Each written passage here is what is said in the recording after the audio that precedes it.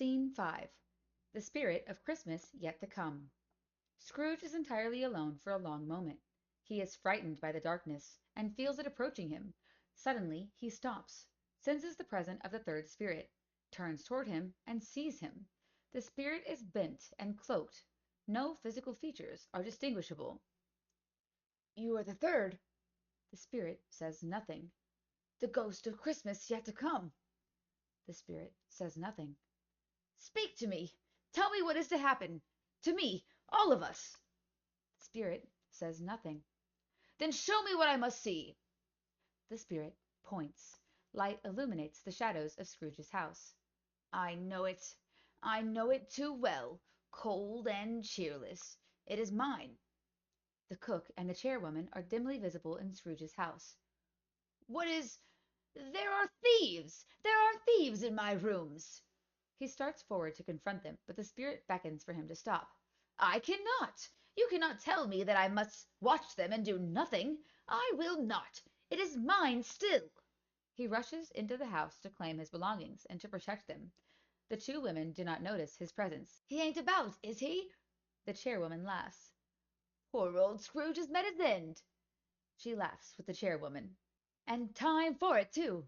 Ain't been alive, indeed, for half his life. But Sparsit's nowhere, is he?" Emerging from the blackness. "Looking for someone, ladies?" The cook shrieks, but the chairwoman treats the matter more practically, anticipating competition from Sparsit. "There ain't enough for but the two of us." "More'n enough, if you know where to look." "Hardly decent is what I'd say. Hardly decent. The poor old fellow hardly cold, and you're thieving his wardrobe." "There's no time for that." Sparsit acknowledges Scrooge for the first time, gesturing toward him as if the living Scrooge were the corpse. Scrooge stands as if rooted to the spot, held there by the power of the spirit. "He ain't about to bother us, is he?" "Ain't he a pitcher?" "If he is, it ain't a happy one. Ladies, shall we start?" The three of them grin and advance on Scrooge.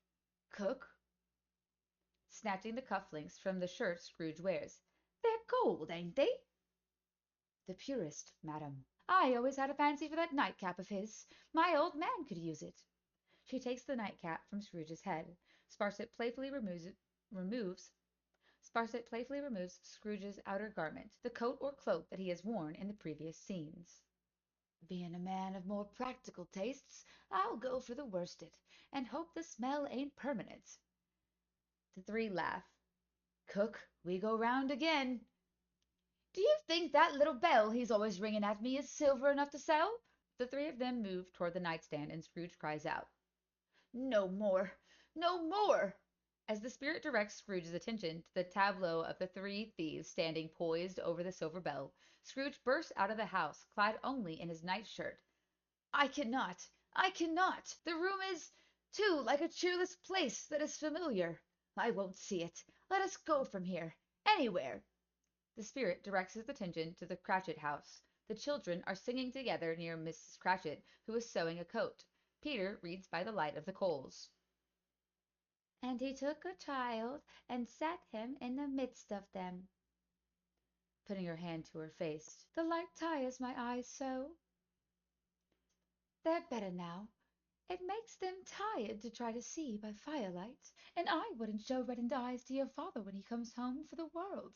It must be near his time now." "Past it, I think. But he walks slower than he used to these last few days, Mother." "I have known him to walk with Tiny Tim upon his shoulders very fast indeed." She catches herself, then hurries on. "But he was very light to carry, and his father loved him, so that it was no trouble. No trouble." She hears Bob Cratchit approaching.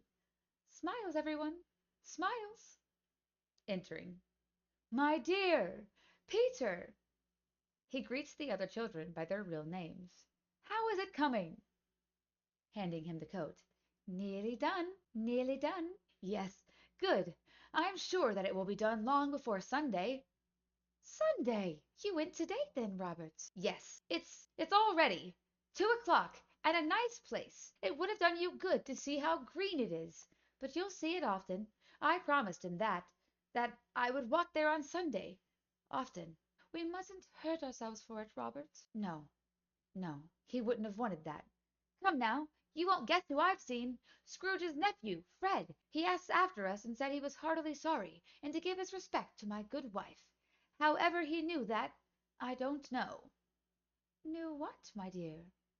Why, that you were a good wife. Everybody knows that. I hope that they do. Heartily sorry, he said, for your good wife, and if I can be of service to you in any way. And he gave me his card. That's where I live. And Peter, I shouldn't be at all surprised if he got you a position. Only hear that, Peter! And then you'll be keeping company with some young girl and setting up for yourself. Oh, go on. Well, it will happen one day, but remember, when that day does come, as it must, we must none of us forget poor Tiny Tim and this first parting in our family. He died? No, no! He steps back and the scene disappears. He moves away from the spirit. Scene 6. Scrooge's conversion. Because he would not.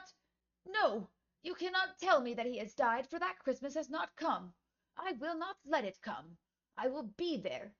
It was me. Yes, yes, I knew it and couldn't look. I won't be able to help. I won't.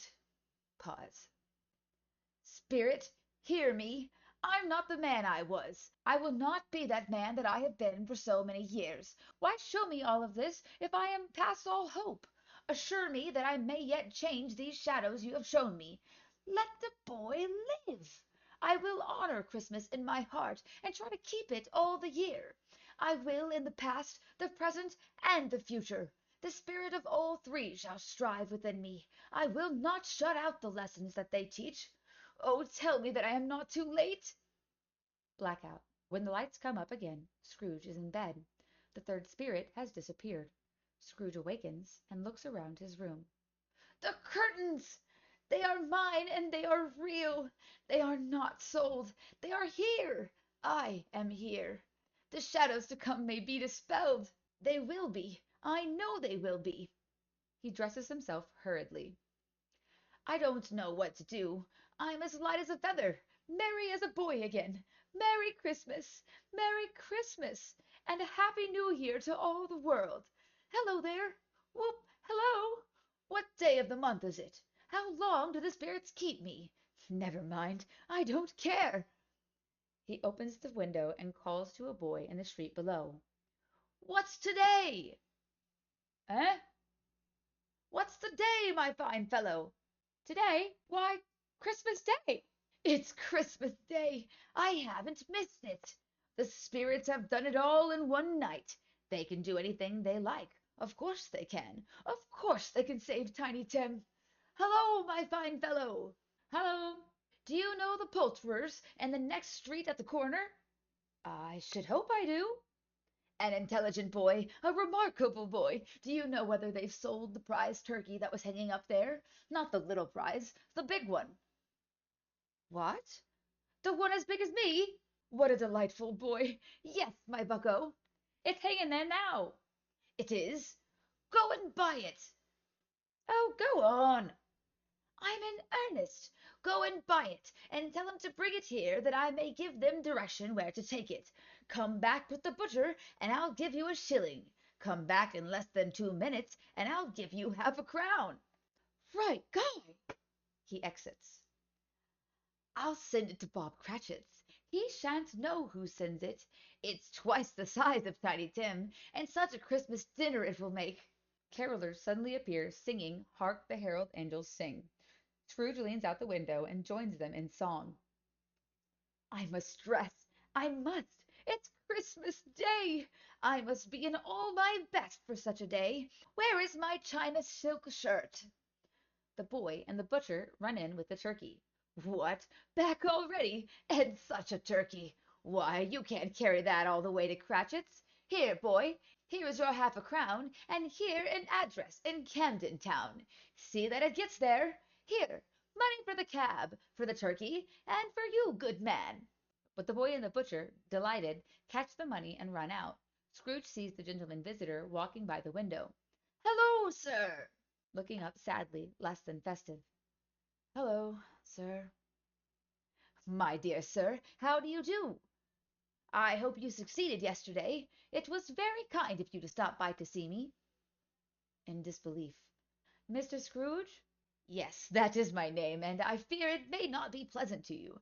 Allow me to ask your pardon, and will you have the goodness to add this, throwing him a purse, to your good work? Lord, bless me! My dear Scrooge, are you serious? If you please, not a penny less. A great many back payments are included in it, I assure you. Will you do me that favor? My dear sir, I don't know what I can say to such generosity. Say nothing. Accept it. Come and see me. Will you come and see me? I will. Thank ye. I am much obliged to you. I thank you 50 times. God bless you, and Merry Christmas. Merry Christmas to you, sir. Running downstairs out of his house and onto the street. Now, which is the way to that nephew's house? Girl! Girl! Appearing immediately. Yes, sir? Can you find me a taxi, miss? I can, sir. A coachman appears, handing the coachman a card. Can you show me the way to this home? I can, sir. Good man. Come up, girl. They mount the top of the taxi. This action may be stylistically suggested. Would you be an old man's guide to a Christmas dinner? I would, sir. And God bless you. Yes, God bless us, everyone. Raising his voice almost in song. Driver, to Christmas! They exit, all three singing Joy to the World. Blackout. The lights come up for the finale at Fred's house. The Cratchits are there with Tiny Tim. All stop moving and talking when they see Scrooge standing in the center, embarrassed and humble. Well, I'm very glad to be here at my nephew's house. He starts to cry. Merry Christmas! Merry Christmas! All, softly. Merry Christmas! They sing Deck the Halls, greeting one another and exchanging gifts. Scrooge puts Tiny Tim on his shoulders, shouting as the carol ends, God bless us, every one! To the audience, oh yes, God bless us, every one!